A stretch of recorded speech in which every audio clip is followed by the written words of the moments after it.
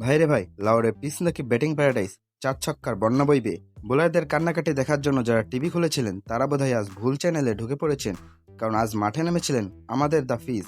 8 বছর পর পিএসএল এ কামব্যাক। চারিদিকে বাবর রিজওয়ানদের দাপট।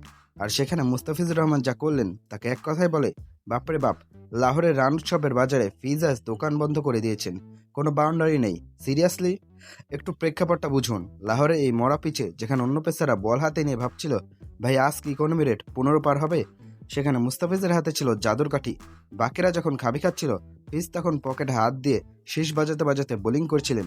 অন্য বোলারদের বলে যখন চার ছক্কার বৃষ্টি হচ্ছিল, তখন ফিজের বলে ব্যাটাররা রান নিতে গিয়ে রীতিমতো ইন্টারভিউ দিচ্ছিল।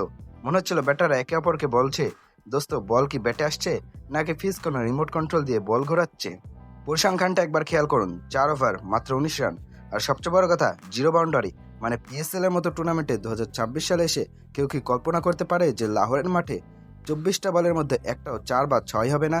ফিজের সেই ট্রেডমার্ক কাটার আর স্লোয়ারের সামনে ব্যাটারদের অবস্থা ছিল সেই ছাত্রের মতো যে সারা রাত পড়াশোনা করে গেছে পাটিগণিত, আর পরীক্ষার হলে গিয়ে দেখে সব প্রশ্ন বীজগণিতের। ব্যাটাররা ব্যাট চালাচ্ছে একদিকে, আর বল ফিজের হাসির মতো একটুখানি বেঁকে উইকেট কিপারের হাতে চলে যাচ্ছে। আহা শান্তি। 2018 পর এই 2026, দীর্ঘ 8 বছরের অপেক্ষা। মানুষ অনেক কিছু ভুলে যায়, কিন্তু ফিজ বোধহয় তার কাটারগুলো আলমারিতে খুব যত্ন করে তালা দিয়ে রেখেছিলেন। কামব্যাক তো অনেকে করে, কিন্তু এমন রাজকীয় কামব্যাক একেই তো বলে টিপিক্যাল মুস্তাফিজ স্টাইল।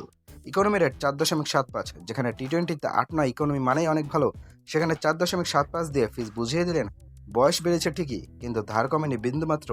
ম্যাচ শেষে বাকি বোলাররা হয়তো ফিজের কাছে গিয়ে জিজ্ঞেস করছে, ভাই আমাদেরও কি একটু ওই জাদুর কাটার শিখিয়ে দিবেন।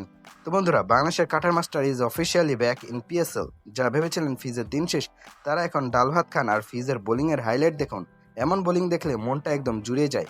আপনার কি মনে হয় এই পিএসএল এ ফিজ কি সর্বোচ্চ উইকেট শিকারী হতে পারবেন?